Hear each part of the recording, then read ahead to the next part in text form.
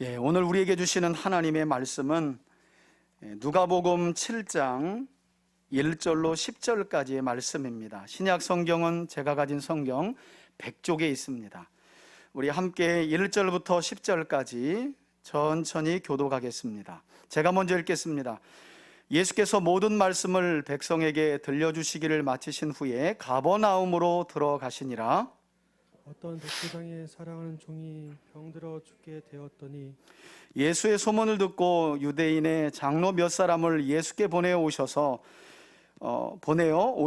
그 종을 구해 주시기를 청한지라. 이에 그들이 예수께 나와 간절히 구하여 이르되 이 일을 하는 것이 이 사람에게는 합당하나이다.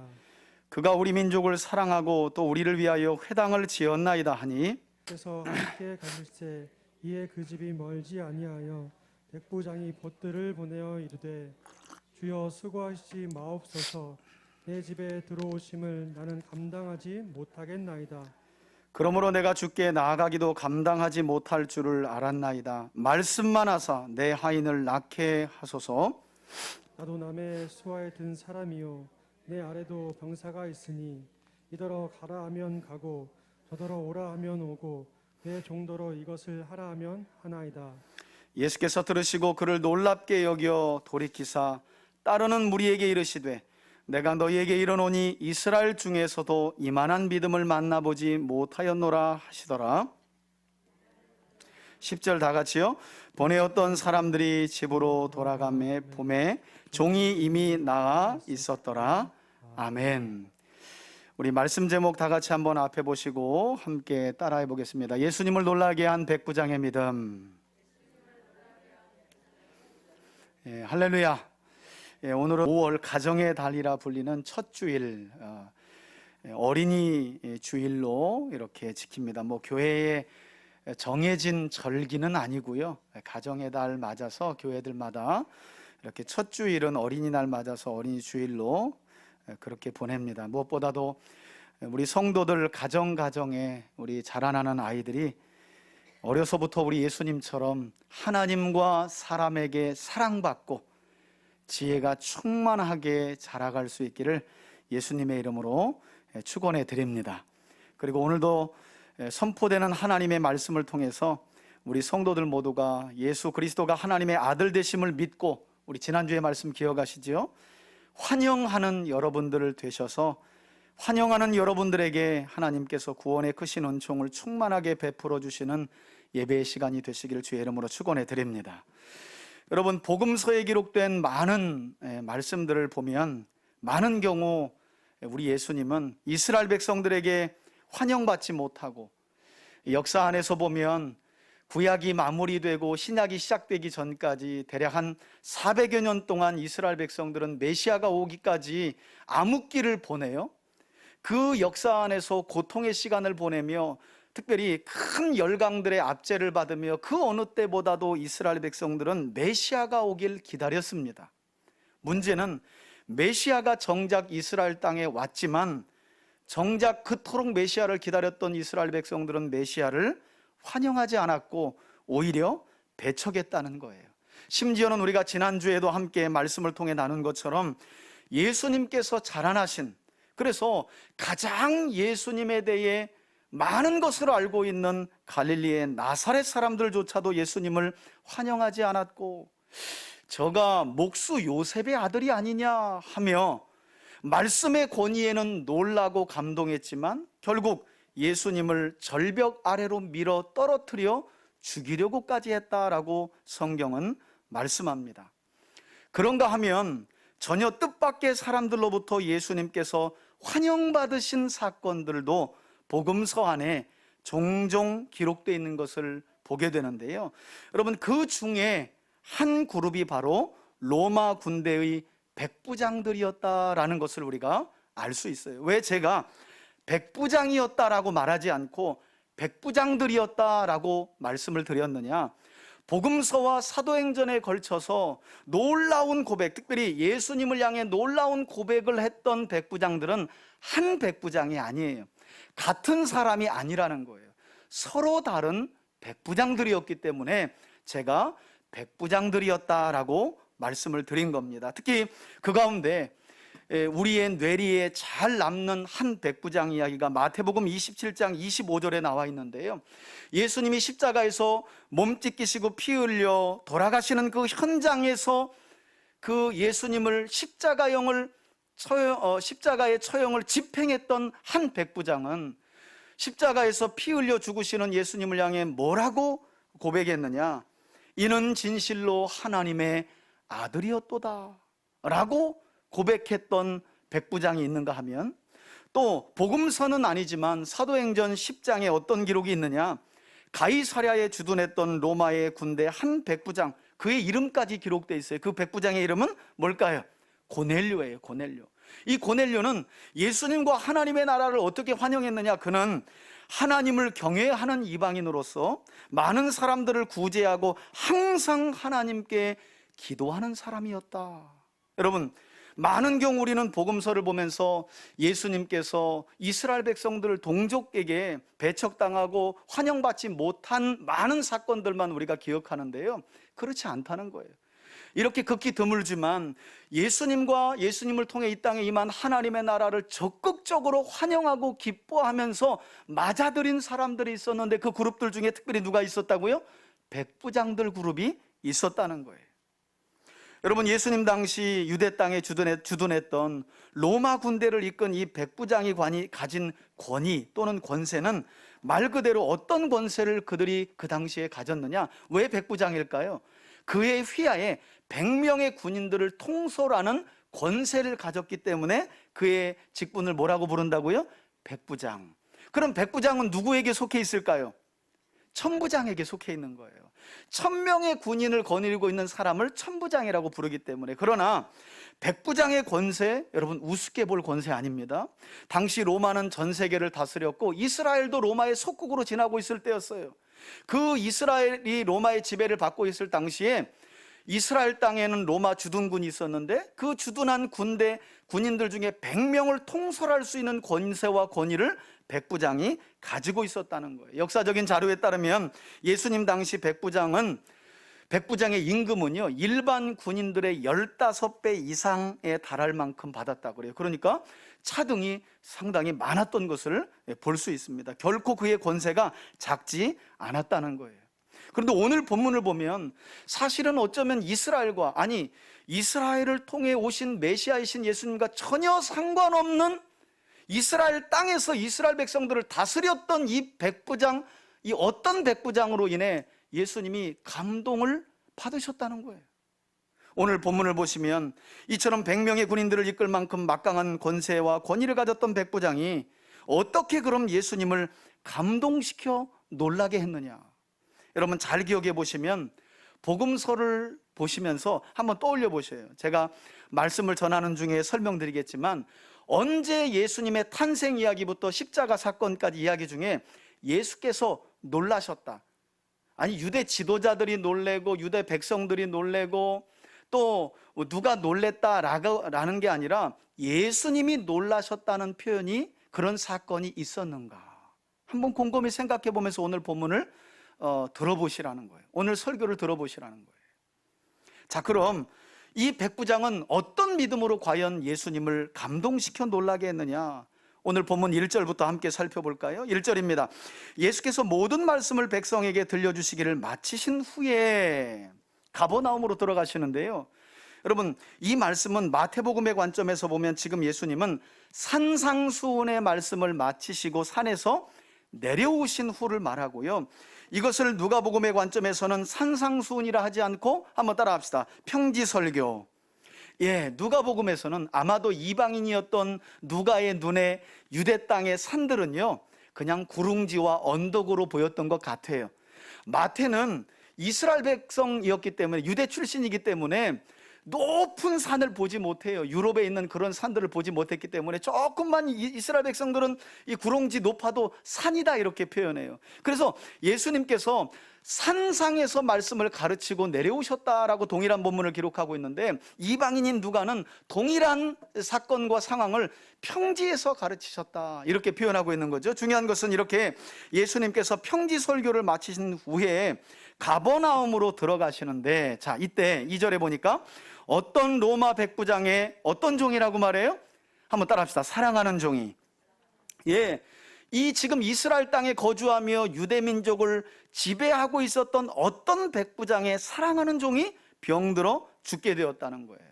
여러분, 복음서를 읽을 때에는 한 본문만 읽어서는 그 본문의 자세한 배경을 잘 이해할 수 없어요. 그래서 여러분들 성경을 읽어가면서 복음서를 읽을 때에는 이 본문이 마태복음이나 마가복음에도 기록이 돼 있다면 반드시 그리로 가서 같은 본문을 한 번쯤 읽어보셔야 돼요. 그러면 오늘 이 본문에 기록되지 않은 다른 정보를 얻을 수 있어요. 마태복음 8장에 보니까 이 동일한 본문이 기록되어 있는데 이 종은, 이 백부장의 사랑받는 종은 어떤 병에 걸렸느냐? 중풍병에 걸려 마태는 그렇게 기록하고 있어요. 그러니까 아마도 단순한 치료 가능한 중풍병이 아니라 심각한 중풍병에 걸렸던 것으로 보여요. 죽을 위기를 이제 맞이할 수밖에 없는 그런 상황에 놓였던 거예요. 중요한 것은 여기 엔티모스라고 쓰인 헬라어가 사랑하는 이라는 말 외에 사랑하는 종이 병들어 죽게 되었다. 이 사랑하는 이라는 말이 헬라어로 엔티모스라는 말인데요, 사랑하는 이라는 말로도 번역이 가능하지만 또 다른 말로 이어가면 귀중한이라고도 번역이 가능해요. 다시 말하면 이 지금 이스라엘 땅에 거주하며 유대민족을 다스리고 있는 이 로마 군인 100명을 통솔하는 권세를 가진 어떤 백부장에게 사랑하는 종이, 그러니까 여러분 놀랍잖아요. 이 백부장이 자기 종을 사랑했다. 다른 말로 하면 귀중하게 여겼다는 거예요. 여러분, 예수님 당시는 노예제도가 일반화되었던 시대였어요. 사실 노예는요, 사람 취급을 받지 못했죠. 우리가 고대 영화에 보면 그렇잖아요. 그저 노예는 그 주인의, 그 노예를 다스리는 주인의 재산 목록 중 하나예요. 그런데 오늘 본문을 보세요. 그 백부장의 재산 목록 중에 하나였던 종이 죽을 병에 걸렸다는 거예요. 그러면 재산으로서의 가치가 없어져 버린 거예요. 옛날 같으면 여러분 그냥 덜덜 말아가지고, 우리 조선시대도 그렇잖아요. 상놈 죽으면 누구 하나 우나요? 자식들 외에는 울지 않아요. 그냥 멍석에 말아가지고 저 어디 갔다가 그냥 묻어버리는 거예요. 하물며 지금으로부터 2000년 전 노예들의 상황이 어떻겠어요? 그런데 놀랍게도 오늘 본문에 나오는 이 백부장은 재산 목록 중에 하나 정도로 여겼던 이 자기 종 노예가 병이 들었는데 그를 사랑했고 귀중히 여길 줄 알았다는 거예요. 쓸모가 없어진 상황 속에서도. 자, 이렇게 노예를 사람 취급하지도 않았던 시절, 병든 종이라도 그 생명을 사랑할 줄 알고 귀중하게 여길 줄 알았던 이 백부장은 그동안 유대인들로부터 소문으로만 들었던 메시아가 드디어 이제 산상수훈 평지 설교를 마치고 자기가 거주했던 가버나움에 들어오셨다는 이야기를 듣고 3절에 보니까 어떻게 행동을 하느냐. 여러분, 이런 행동 자체가 참 신기하죠. 그냥 죽어서 갖다 버리면 될 일을, 이 병든 자기 종을 사랑하고 귀중하게 여겼던 백부장이요, 메시아가 가버나움에 들어왔다는 소식을 듣고 3절 보니까 예수의 소문을 듣고 유대인의 장로 몇 사람을 예수에게 보내요 오셔서 그 병든 종을 뭐하여 주시기를 요청했다고요? 예, 치료해 주시기를. 아마도 그는 유대인들이 믿는 하나님과 그들이 기다렸던 메시아에 대해서 알고 있었던 것으로 보여요. 마치 사도행전 10장에 나오는 고넬료처럼. 그래서 유대인들 입에서 입으로 전해지는 그 이야기, 메시아가 오면 병든 자리들이 고쳐지고 앉은 뱅이가 일어나고 눈먼 자가 눈을 뜨고 벙어리가 말을 하며 마침내 하나님의 온전한 구원이 회복될 것이다. 이 이야기를 이 백부장이 알고 있었기 때문에 지금 유대 장로들 친한 몇 사람을 보내서 예수님께 자기 종을 구해 주시기를 요청했다는 거예요. 사실 여러분, 우린 이런 이 백부장의 행동을 통해서 무엇을 눈치챌 수 있어야 하느냐. 이런 백부장의 행동은 말씀드린 것처럼 당시 이스라엘 땅의 사회 지배 구조상 있을 수 없는 행동이라는 거예요. 사실 종이 병들었다 그냥 갖다 버리면 되는 일이고요, 만일 그에 대한 소문이 확실할지라도 백부장은 유대 장로들의 도움을 받을 필요가 없어요. 자기 수하에 있는 군사 하나를 예수에게 보내서, 왜? 예수님은 이스라엘 백성들 혈통을 가지고 태어났잖아요. 지금 로마가 이스라엘을 다스리고 있잖아요. 자기 수하에 있는 100명의 군인들 중에 한 사람을 예수께 보내서 요셉, 목수 요셉의 아들이라고 하는 자가 있는데 그를 당장 불러와라. 이 명령 하나면 간단하게 해결될 일이었다는 거예요.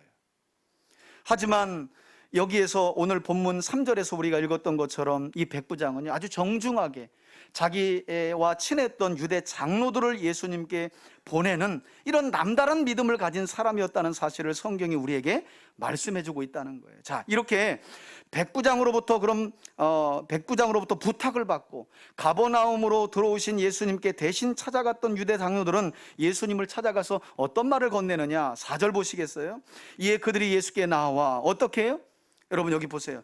간절히, 만일 유대 장로들과 백부장의 관계가 어떤 비즈니스적 관계였다면 그냥 가서 툭 던지고 말았을 거예요. 그런데 그런 상황이 아니에요. 여러분, 누군가 부탁할 때 그 사람과의 관계가 깊으면 마치 그 문제를 가지고 다른 사람에게 부탁할 때 그 문제가 누구 문제인 것처럼 부탁해요. 그렇죠, 내 문제인 것처럼. 지금 유대 이 장로들이 백부장의 병든 종을 고쳐달라고 하는 그 문제를 누구 문제처럼 여기면서, 자기들 문제처럼 여기면서 예수님을 찾아가서 간절히 구했다는 거예요. 여러분, 이런 부분을 통해서 이 백부장과 유대 장로들 사이가 단순한 비즈니스적인 관계가 아니구나, 인격적인 관계구나, 뭔가 이 사람들이 백부장의 대단한 모습을 본 거구나, 감동받은 거구나. 그러니 자기 문제처럼 예수님을 찾아가서 간절히 구했다는 거예요. 그리고 성경을 보니까 이 일을 하시는 것이 이 사람, 즉 이 백부장에게는 어떻다고요? 합당합니다. 예수님을 찾아가서 유대 장로들이, 예수요, 우리가 지금 이 어떤 백부장의 부탁을 듣고 왔는데 우리가 지금부터 고하는 이 문제를 당신이 꼭 해결해 주길 원합니다. 왜냐하면 그 사람은 그렇게 당신이 은혜를 베풀어 주시기에 합당한 사람이라는 거예요. 마땅하다는 거예요. 그런 은혜를 받을 만한 자격이 충분히 있다고 지금 유대 장로들이 백부장을 대신해서 예수님께 자기 문제처럼 간청을 드려요. 여러분, 유대 역사가 요세푸스의 기록에 따르면요, 요세푸스의 역사책 안에 백부장의 기록들이 많거든요. 그러니까 당시 이스라엘 땅에 거주하며 유대민족을 지배했던 백부장들은요, 주로 하는 일이 유대인들을 무시하고 압박을 했다고 그래요. 그러니까 여느 백부장들 같은 경우는 유대민족들과 이런 관계를 갖기가 쉽겠어요, 어렵겠어요? 당연히 어렵죠.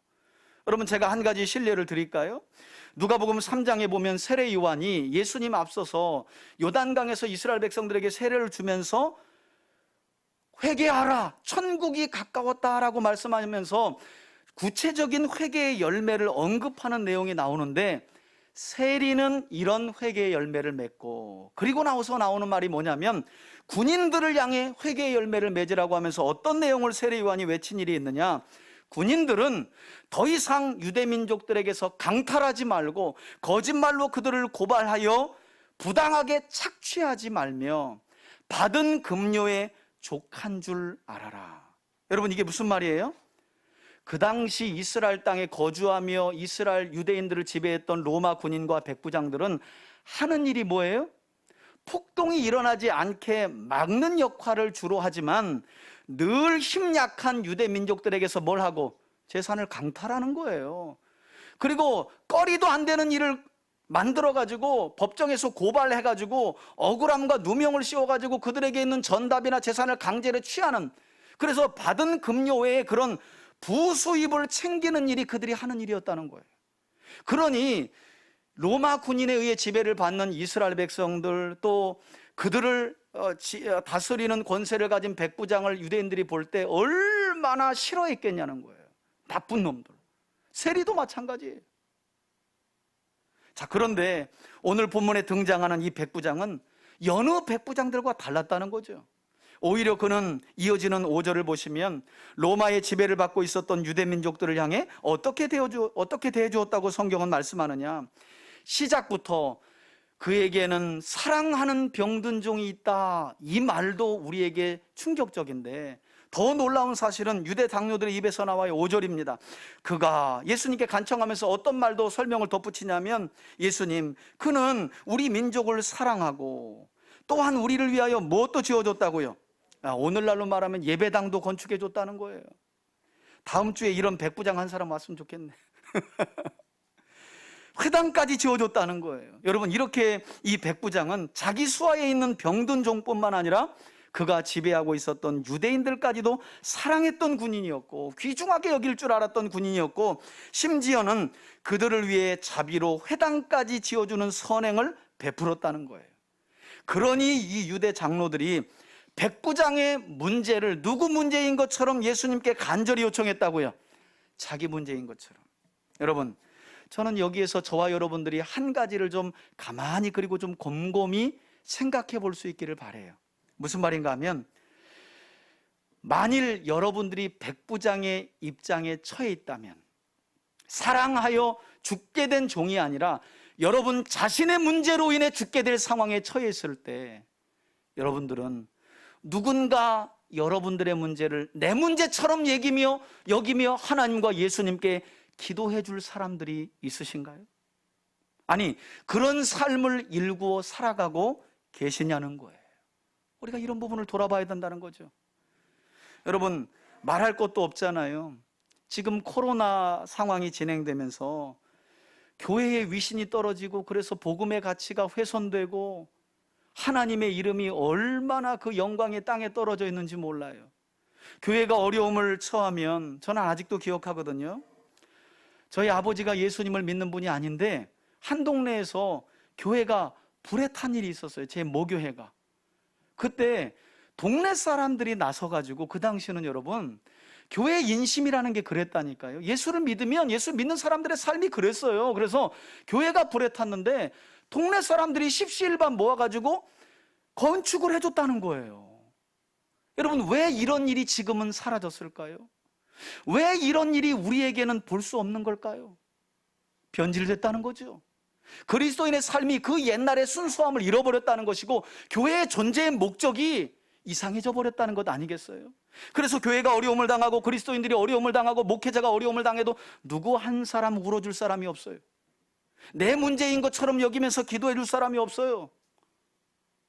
저는 그런 점에서 우리 3대 가족들이 여러분들 주변에 이와 같이 어려움에 처한 여러분들을 위해 내 문제인 것처럼 하나님께 기도해 줄 수 있는, 저는 이런 경우도 봤어요. 불교 신자인데 옆집에 사는 그리스도인이 너무 괜찮은 거예요. 근데 어려움에 처했어. 남편이 암에 걸린 거예요. 이웃에 사는 불교 신자가 그리스도인 성도에게 이렇게 말합니다. 내가 언제 절에 가는데 내가 우리 부처님께 꼭 기도할게요. 여러분, 이런 말이라도 들어보셨냐는 거예요. 아이고, 참 내 저럴 줄 알았다. 교회가 하는 일이 그렇지, 예수쟁이들이 하는 일이 그렇지. 여러분, 이런 이야기를 마음 아프지만 우리가 얼마나 많이 들어요.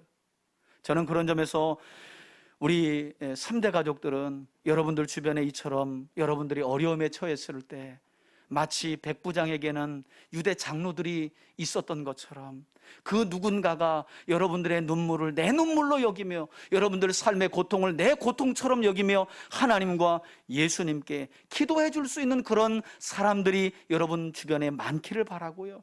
그런 사람을 세워가는 복된 삶을 살아갈 수 있길 예수님의 이름으로 축원해 드립니다. 여러분, 그러려면 오늘 백부장이 어떻게 했대요? 힘 약한 사람들을 뭐 했다고요? 사랑하고. 한번 따라합시다. 사랑하고. 그 다음에 뭐도 지어줬다고요? 그건 우리가 건축 비용이 없으니까 그건 어려울 것 같아, 그죠? 뭘 해도 원하는 거 있으면 우리 형편에서 할 수 있는 일을 도와주면 되는 거예요. 나눠주면 되는 거예요. 그 작은 나눔에 인색해가지고 그 작은 것을 얻겠다고 사람 마음에 상처를 주고 그래서 큰 어려움을 당할 때 너 내가 그럴 줄 알았어. 여러분, 이런 이야기를 우리 아버지가 하늘에서 지켜보고 계시다면 아버지의 마음이 어떠시겠냐는 거예요. 저는 그런 점에서 우리 3대 가족들 모두가 이런 유대 장로들과 같은 사람들을 많이 우리 주변에 두길 바라고, 또 저와 여러분들이 그런 사람들이 될 수 있기를 다시 한번 주의 이름으로 축원해 드립니다. 여러분, 6절 보니까 결국 유대 장로들의 이런 간절한 요청, 마치 자기 문제인 것처럼 백부장의 문제를 가지고 와서 예수님께 요청하자 예수님은 마침내 백부장의 집으로 당신의 발걸음을 옮기시는데요. 놀라운 사실은 정작 이 소식을 듣게 된, 아니 유대 장로들을 청해서 내 사랑하는 종이 병에 걸려 죽게 됐으니 메시아가 가버나움에 들어왔다 하니 당신들이 가서 내가 그동안 당신들과 당신 백성들에게 어떻게 한 것을 당신들이 아니 나 대신 가서 요청해줘서 우리 집을 좀 방문해서 내 사랑하는 종을 좀 낳게 해달라고 좀 부탁한다. 이 부탁이 이루어진 거 아니에요. 그래서 예수님이 지금 그의 집으로 오고 있고 성경은 거의 그 집 가까이 왔대요. 그런데 갑자기 느닷없이 이 백부장이요, 그동안 요청했던 행동과 다른 행동을 보이는 거예요. 자기 친구들을 예수님께 보내면서 예수님께서 자기 집에 들어오시기를 만류해요. 자, 6절 보시겠어요? 예수께서 함께 가실새 얼마나 유대 장로들이 자기 문제들처럼 예수님께 간청했으면 이에 그 집이 멀지 아니하여, 말씀드린 대로 백부장 집 가까이 왔다는 거죠, 예수님께서. 그런데 이때 백부장이 자기 벗들을 예수님께 보냅니다. 그러면서 뭐라고 말하면서 예수님께서 자기 집에 들어오는 것을 만류했느냐? 우리 그 부분을 한번 읽어볼까요? 주여부터 시작. 주여, 수고하지 마옵소서. 내 집에 들어오심을 나는 뭐라고요? 감당하지 못하겠나이다. 그러면서 하는 말이 7절에 그러므로 내가 주께 나아가기도 감당하지 못할 줄을 알았나이다. 여러분, 조금 전 분명히 유대 장로들은 백부장의 문제를 대신하여 예수님께 찾아와서 그는 예수님께, 메시아이신 당신께 이런 구원의 은혜를 받을 만한 합당한 충분한 자격이 있습니다 라고 말하지 않았어요? 그런데 정작 백부장 자신은 예수님 앞에 한껏 이처럼 자신을 어떻게 해요? 겸손하게 낮추었다는 거예요.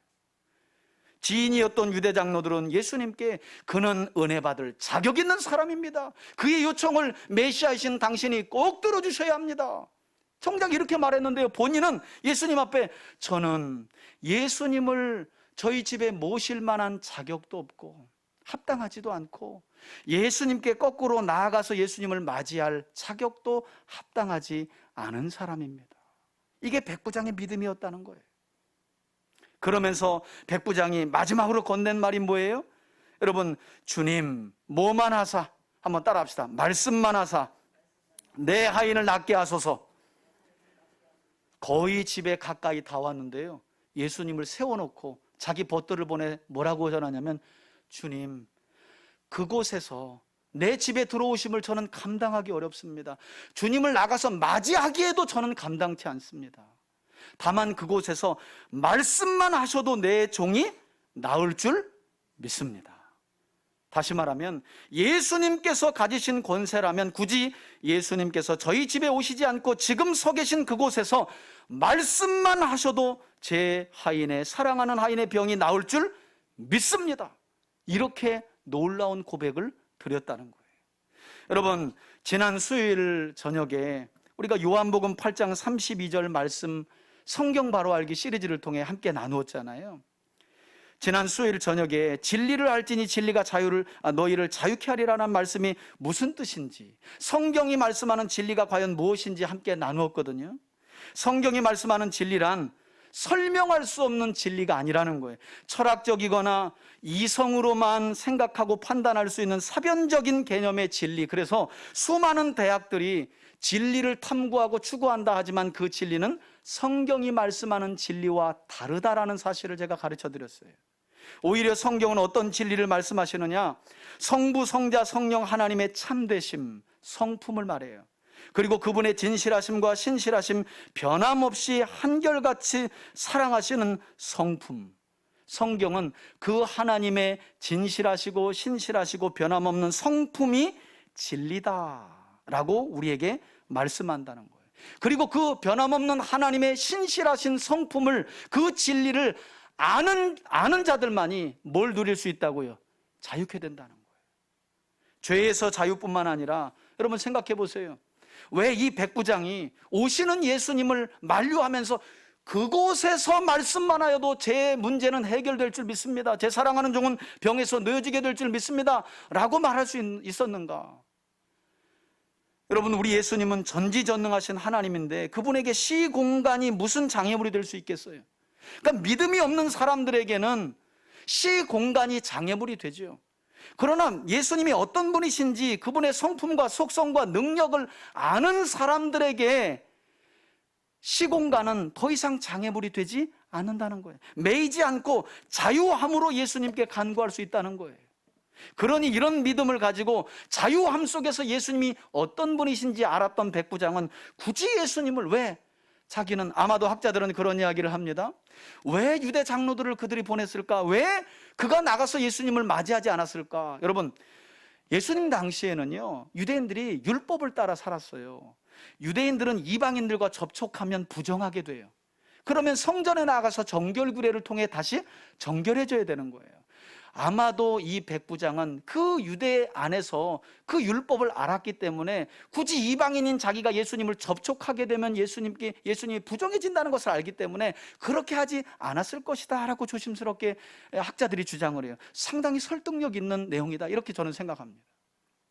여러분, 이처럼 백부장은 지금 그가 초청했던 예수님께서 사람의 질병과 건강을 말씀만으로도 다스릴 수 있는 권세를 가지신 전지전능하신 하나님이심을 인정하고 고백했기 때문에 시공간의 장애물로부터 자유함을 얻은 줄 믿으시길 바랍니다. 때로는 시간과 여유가 돼서 상황이 놓여져서 우리가 성전에 나와서 하나님 교회에 나와서 간절하게 기도할 때도 있어요. 그러나 여러분, 매일매일의 상황이 어찌 그런가요? 자녀도 키워야 하고 직장도 다녀야 하고 어떨 때는 우리가 처한 문제가 너무 고통스러워서 교회 생각이 안 날 때도 있어요.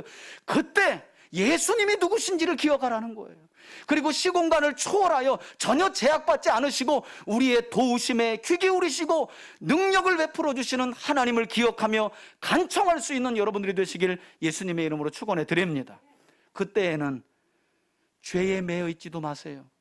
내가 교회도 잘 안 나갔는데, 내가 말씀대로 살지도 않는데 나 같은 이런 사람의 간구를 들어주시겠는가? 그렇지 않다는 거예요. 그런데 매여 있는 분이 아니세요. 여러분들을 하나님의 자녀로 택하여 세우신 분이세요. 아버지 하면 언제 어디서든 여러분들이 부르시면 제약받지 않고 손을 내밀어 주시는 분이 우리 주님이신 줄 믿습니다. 그런 믿음이 백부장에게 있었기 때문에 저는 감당할 수 없습니다. 그곳에서 말씀만으로도 저는 충분히 제 사랑하는 종이 나올 줄 믿습니다. 이렇게 고백했던 거죠. 여러분, 많은 경우 우리는 어떤 문제를 놓고 또 기도할까 말까를 고민하고, 또 우린 기도하는 중에도요, 지금 내 기도가 응답이 될 수 있다는 불안한, 응답될 수 있을까 하는 이런 불안한 마음을 가지고 기도할 때가 많아요. 이때 우리가 기억해야 할 것은 결국 이런 불안과 불신의 마음들은 예수님과 그분이 가지신 크신 권세를 우리가 온전히 신뢰하지 못했기 때문이라는 사실을 여러분들이 기억하셨으면 좋겠어요. 때로는 우리들의 간구가 응답되지 않더라도 저는 우리 3대 가족들이 더 나은 믿음으로 나아가길 바라요. 무슨 말이냐면 그 역시도 응답하지 않으심도 거절할 수 있는 권세가 예수님께 있음을 인정하는 여러분들이 되시길 바라요. 내 소원과 내 마음대로 되지 않았지만 거절도 하나님의 뜻이다, 그렇게까지 인정할 수 있는 여러분들이 되길 바라고, 그러나 그로 인해서 절대 주저하지 마시기를 바라요. 에이, 뭐 기도했는데 이것도 안 들어주시고 저것도 안 들어주셨는데 이건 될까? 그렇지 않아요. 거절도 응답이고요. 그것 때문에 하나님께 나아가서 간청하는 여러분들의 마음이 식지 않길 바라요. 낙심하지 않길 바라요. 주저하지 말고 오늘 백부장이 보여준 믿음의 내용과 오직 그 말씀만으로도 우리 인생의 모든 문제로부터 시공간을 초월해 구원해 주실 수 있는 예수님께 기도하며 살아가는, 간청하며 살아가는 우리 3대 가족들이 되시길 예수님의 이름으로 축원해 드립니다. 여러분, 자녀들이 필요한 것 가지고 이야기할 때 너 한 주간 이것도 내 말 안 들었잖아, 저것도 내 말 안 들었잖아. 물론 이미 충분히 있는데 어떤 것을 더 할 때에는 그렇게 이야기하죠. 그런데 여러분, 생필품이나 학용품 필요하다고 이야기하는데 너 지난주에 이 말 안 들었잖아, 나 이거 안 사줘 하는 부모 있나요? 없어요. 열이면 열려. 필요한 건요, 그 아이의 상황에 그 아이가 부모 말을 절대적으로 신뢰하고 따르지 않더라도 부모이기 때문에 들어주시는 거예요. 그것도 기억하세요. 그것도 기억하세요. 자, 더 놀라운 사실은 이 백부장이 하나님의 아들로서 예수님께서 가지신 이 권세를 이스라엘 백성들보다도 더욱더 확실하게 알고 있었다는 사실인데요, 그걸 자신이 설명해요. 말씀만으로도 내 사랑하는 종을 고칠 수 있는 예수님의 권세가 얼마나 대단한지를 지가 설명을 해요.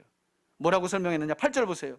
주님, 나도 남의 수하에 든 사람이여 천부장 아래에 있었다고 말했죠. 백부장은 내 아래에도 100명의 병사가 있으니 이더러 가라 하면 가고 저더러 오라 하면 내 명령을 따라 척척 움직입니다. 나에게도 종이 있는데 내 정도로 이것을 하라 하면 그렇게 합니다.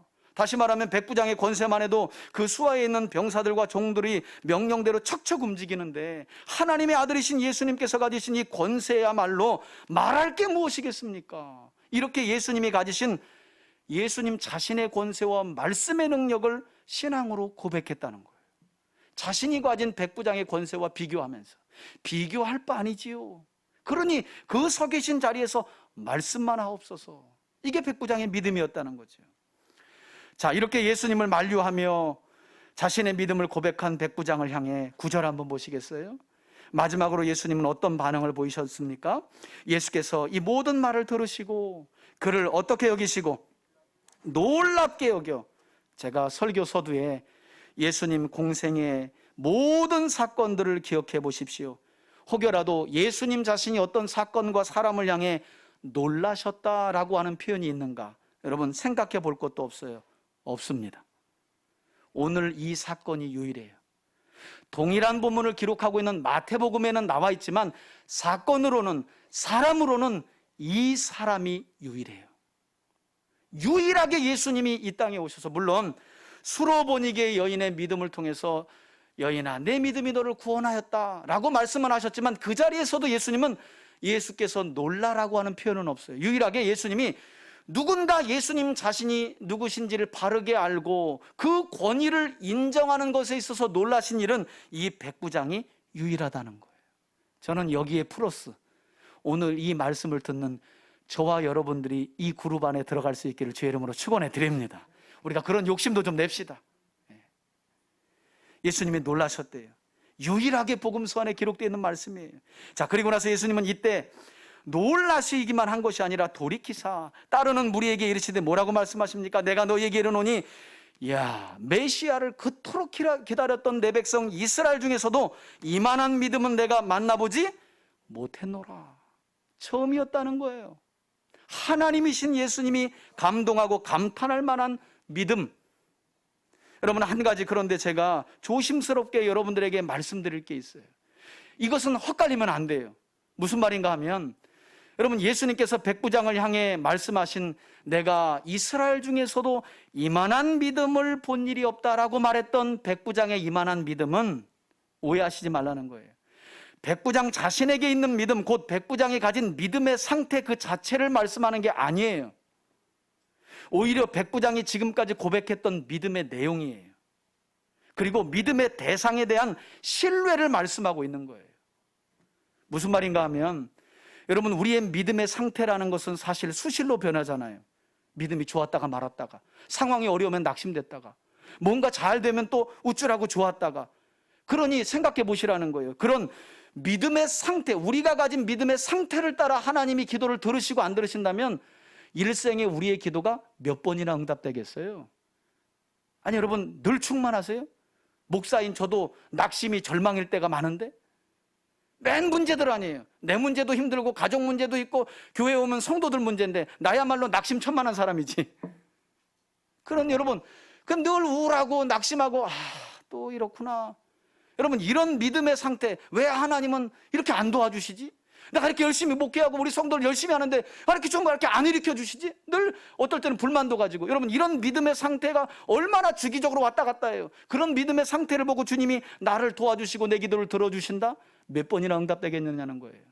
그런 게 아니라는 거예요. 하나님께서 베풀어 주시는 구원의 은혜는 이렇게 시시때때로 변하는 우리의 믿음의 상태를 따라 임하는 것이 아니라, 여러분, 오히려 우리 믿음의 상태는 여전히 불안하고 초조하고 두렵지만 그런 중에서도 우리가 믿는 믿음의 내용, 그리고 대상이신 예수님께서 한번 따라합시다. 우리를 불쌍히 여기심으로 구원의 은혜가 늘 우리에게 임하는 줄 믿으시기 바랍니다. 여러분, 만일 이 백부장의 믿음의 상태 때문에 그 사랑하는 종이 병에서 구원받았다면 이 사건 이후에 이어지는 나인성의 과부 아들은 살 수 없어요. 왜냐하면 예수님께서 나인성에 들어가시는데 하나밖에 없는 독자를 잃어버렸던 이 과부가 예수님을 붙들고 막 예수여, 예수여, 메시아여, 죽은 내 아들을 살려주소서, 이런 내용이 나와야 되잖아요. 한마디도 안 나와요. 예수님께서 그냥 슬쩍 지나가시면서 그 여인의 눈물을 보고 죽은 아들 관을 보면서 통곡하는 그 모습을 보시고 성경은 이렇게 말해요. 다만 예수께서 그녀를 불쌍히 여겨. 이거예요. 우리가 가진 왔다 갔다 하는 믿음의 상태를 따라 주님이 구원의 은혜를 베풀어 주시는 것이 아니라 저와 여러분들이 주님의 자녀이기 때문에, 하나님의 백성이기 때문에 연약하고 넘어져도 여러분들이 믿음으로 받아들인 그 진리의 말씀의 내용과 대상 때문에 하나님은 여전히 구원의 은혜를 저와 여러분들에게 베풀어 주시는 줄 믿으시길 바랍니다. 자, 이렇게 이스라엘 백성들 중에서도 보지 못했던 믿음을 보시고 크게 감동하시고 감탄하신 예수님의 말씀이 있은 후에 여러분, 오늘 본문은 어떻게 결론 지어지고 있습니까? 10절 보시겠어요? 백부장이 보내었던 사람들이 놀랍죠? 다시 그의 집으로 돌아와 보니까 어느 사이에 병든 종이 이미 뭐라고요? 할렐루야. 여러분, 이처럼 이미 이 백부장의 종은요, 그 주인 백부장이 예수님과 그분의 말씀이 가진 권위와 권세를 인정하고 겸손하게 낮추는 순간 고침받은 줄 믿습니다. 우리의 열심과 내 믿음의 상태에 있는 게 아니에요. 내가 믿는 믿음의 대상이 누구인가? 그분이 가지신 권세가 얼마나 크신가? 그분이 어떤 분인가를 알고 겸손하게 낮추자. 이미 그 사랑하는 종은 병이 어떻게 나은 줄 믿으시길 바랍니다. 이런 동일한 믿음을 통해 우리 3대 가족들에게도 하나님의 구원에 크시는 종이 매일의 삶 속에 충만하게 임하길 주의 이름으로 축원해 드립니다. 여러분, 흥미로운 사실 한 가지는요, 오늘 이 누가복음 7장 서두에 기록된 이 백부장의 사랑하는 종이 고침받은 기적 사건은 흥미롭게도 구약의 어떤 사건과 유비를 이루고 있는 줄 아세요? 여러분, 열왕기하 5장에 보면 시리아의 아람 장군 나아만이 병 고침받는 사건이 나오는데요, 오늘 이 백부장의 사건은 그 사건과 매우 많은 유사성을 지니고 있어요. 예를 들어 이런 거죠. 백부장도 장군이고 나아만도 뭐예요? 장군으로, 그것도 이방 장군으로 나오죠. 또 그에게도 이 나아만 장군에게도 포로로 잡혀왔던 유대 소녀가 엘리사 선지자를 만날 수 있도록 중재해요. 마치 오늘 본문에 백부장과 예수님을 중재했던 누구처럼? 유대인 장로들처럼. 그런가 하면 나하만도요, 엘리사를 만나지 못합니다. 엘리사의 집에 들어오지도 않아요. 엘리사가, 나하만이 엘리사의 집으로 향할 그때에 종을 보내요. 게하시를 보내가지고 집에 들어올 것 없이 요단강 앞에서 몸을 7번 담그라고 해라. 기분 더럽게 나빠가지고 이만큼 나와서 가다가 지혜로운 종 하나가, 아니 지금 죽게 생겼는데 똥물에 담궈라도 담궈야죠. 그 말 듣고 나서 돌이키고 7번을 담가요. 원거리에서 놀라운 치유 사건이 일어났다는 거예요. 그것마저도 오늘 백부장 사건과 어떻게 해요? 너무 유사해요. 뭘 말씀드리고 싶냐면, 여러분, 이 두 사건 모두는 하나님과 예수님께서 구원자이심을 드러내는 사건인 동시에 구원자이신 예수님은 당신의 권세를 믿고 순종하는 자들에게 구원의 은혜를, 얼마든지 구원의 은혜를 베풀어 준다는 사실을 저와 여러분들에게 교훈하고 있다는 거예요. 바라기는 비록 자기 종이라 할지라도 이 종의 생명을 아끼고 사랑하며 귀중하게 여기는 믿음, 그리고 이스라엘 백성들에게도 찾아볼 수 없었는데 예수님이 어떤 분이신지, 곧 예수님은 질병과 건강을 다스릴 수 있는 권세 있으신 분이심을 믿는 믿음을 가졌던 이 백부장처럼, 그리고 마지막으로 예수님은 말씀만으로도 시공간을 초월해 하나님의 자녀들의 간구와 기도를 들으시고 구원하실 수 있는 권세를 가지신 분이심을 믿었던 이 백부장과 같이 우리 3대 가족들 모두가 이처럼 우리 주님을 감동하게 하는 믿음을 통해서 삶 속에 주님께서 베풀어 주시는 크신 은혜를 날마다 충만하게 누려가시길 예수님의 이름으로 축원해 드립니다. 아멘. 이제는 우리 주 예수 그리스도의 은혜와 하나님 아버지의 사랑과 성령의 교통하심이, 이스라엘 중에서도 볼 수 없었던 예수님이 어떤 분이신지를 바르게 알며 그 약속과 권위와 권세 앞에 자신의 권세와 모든 것을 겸손히 내리워온 노음으로 구원의 크신 은총을 누렸던 백부장의 믿음을 본받고 그 믿음을 따라 살아가기로 결단하는 우리 성도들 머리 위에 한 주간의 삶 속에 이제로부터 영원토록 함께 계실지어다. 아멘. 주님,